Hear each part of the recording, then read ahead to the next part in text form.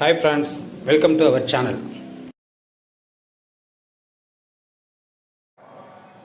Friends நம்ம அடுத்தாப்பில் என்ன பண்ண போகிறோம் கேட்டிங்கன்னா, நம்ம மீனில் வந்து அந்த வால் பகுதி மண்டை பகுதியெலாம் போட்டு மீன் குழம்பு வைக்க போகிறோம்.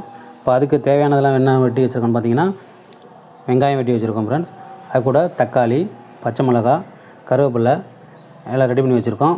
வாங்க நம்ம மீன் குழம்பை வச்சுக்கலாம். ஃப்ரெண்ட்ஸ், இப்போ நம்ம வந்து பாப்லெட் மீனில் குழம்பு வைக்கிறக்காண்டி பாத்திரம் வச்சு எண்ணெய் ஊற்றிருக்கோம் ஃப்ரெண்ட்ஸ். எண்ணெய் காஞ்சிக்கிட்டு இருக்குது. நம்ம தாளிப்புக்கு வந்து வெந்தயம் போட்டுடலாம் ஃப்ரெண்ட்ஸ். வெந்தயம் போடுவோம். அது கூட வந்து கடுகு போட்டுக்கலாம் ஃப்ரெண்ட்ஸ். ஃப்ரெண்ட்ஸ், நமக்கு வந்து இப்போ கடுகு வெந்தயம் பொரிஞ்சிருச்சு. நம்ம இது கூட வந்து வெங்காயத்தை சேர்த்துக்கிறோம். அது மேலே வந்து கருவேப்பிலை சேர்த்தாச்சு. நல்லா கிண்டி விடுங்க ஃப்ரெண்ட்ஸ்.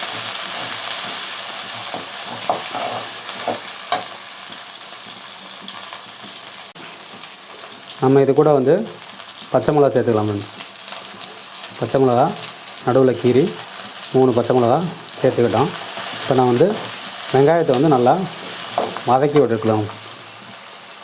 வெங்காயத்தை நல்லா வதக்கி விட்டுட்டு வந்து இது கூட வந்து லேசாக தூள் உப்பு கொஞ்சம் சேர்த்துக்குங்க. வெங்காயம் நமக்கு நல்லா வதங்கி வரும். இப்போ இதை வந்து தூள் உப்பு போட்டு நல்லா கிண்டி விட்டுக்குங்க. வெங்காயம் வந்து நமக்கு நல்லா வதங்கி கொடுக்கும். வாங்க ஃப்ரெண்ட்ஸ், இந்த வெங்காயத்தை நல்லா வதக்கிக்கலாம். ஃப்ரெண்ட்ஸ், இப்போ நமக்கு வந்து வெங்காயம் வந்து நல்லா வதங்கிருச்சு. இப்போ நம்ம இது கூட வந்து தக்காளி கட் பண்ணி வச்சுருந்தோம். இந்த தக்காளி நம்ம சேர்த்துக்கலாம் ஃப்ரெண்ட்ஸ். தக்காளி சேர்த்துட்டு தக்காளியும் நல்லா வதக்கி விட்டுக்கலாம். நமக்கு தக்காளி நல்லா வதங்கி வந்துருச்சு ஃப்ரெண்ட்ஸ். நம்ம இது கூட வந்து கொஞ்சம் 1/2 ஸ்பூன் மஞ்சள்தூள் சேர்த்துக்குவோம். நம்ம இது கூட வந்து தனி மிளகாத்தூள் கொஞ்சம் சேர்த்துக்கலாம் ஃப்ரெண்ட்ஸ்.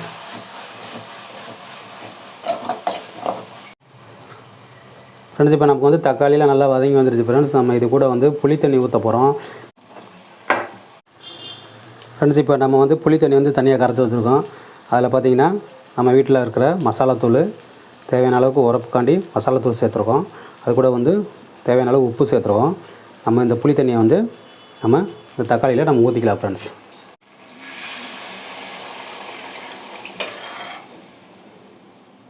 ஃப்ரெண்ட்ஸ், நம்ம புளி தண்ணி சேர்த்துட்டு நல்லா கிண்டி விட்டுக்கோங்க.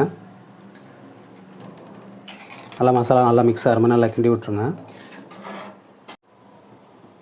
ஃப்ரெண்ட்ஸ், இப்போ நம்ம மசாலா புளி தண்ணி ஊற்றி நம்ம நல்லா கலக்கி விட்டு நமக்கு தேவையான அளவு குழம்பு ரெடி பண்ணிக்கிட்டோம். இப்போ வந்து ஒரு மூடி போட்டு இதை வந்து நல்லா கொதிக்க வச்சுக்கலாம் ஃப்ரெண்ட்ஸ். ஃப்ரெண்ட்ஸ், இப்போ பார்த்திங்கன்னா நம்ம இது கூட வந்து கழுவி க்ளீன் பண்ணி வச்சுருக்கிற மீனை வந்து இதில் சேர்த்துக்கலாம் ஃப்ரெண்ட்ஸ்.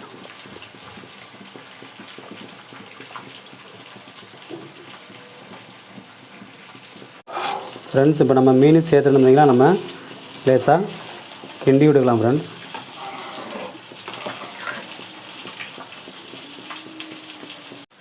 ஃப்ரெண்ட்ஸ், வாங்க நம்ம மீன் வெந்துருச்சான்னு பார்த்துடலாம் ஃப்ரெண்ட்ஸ்.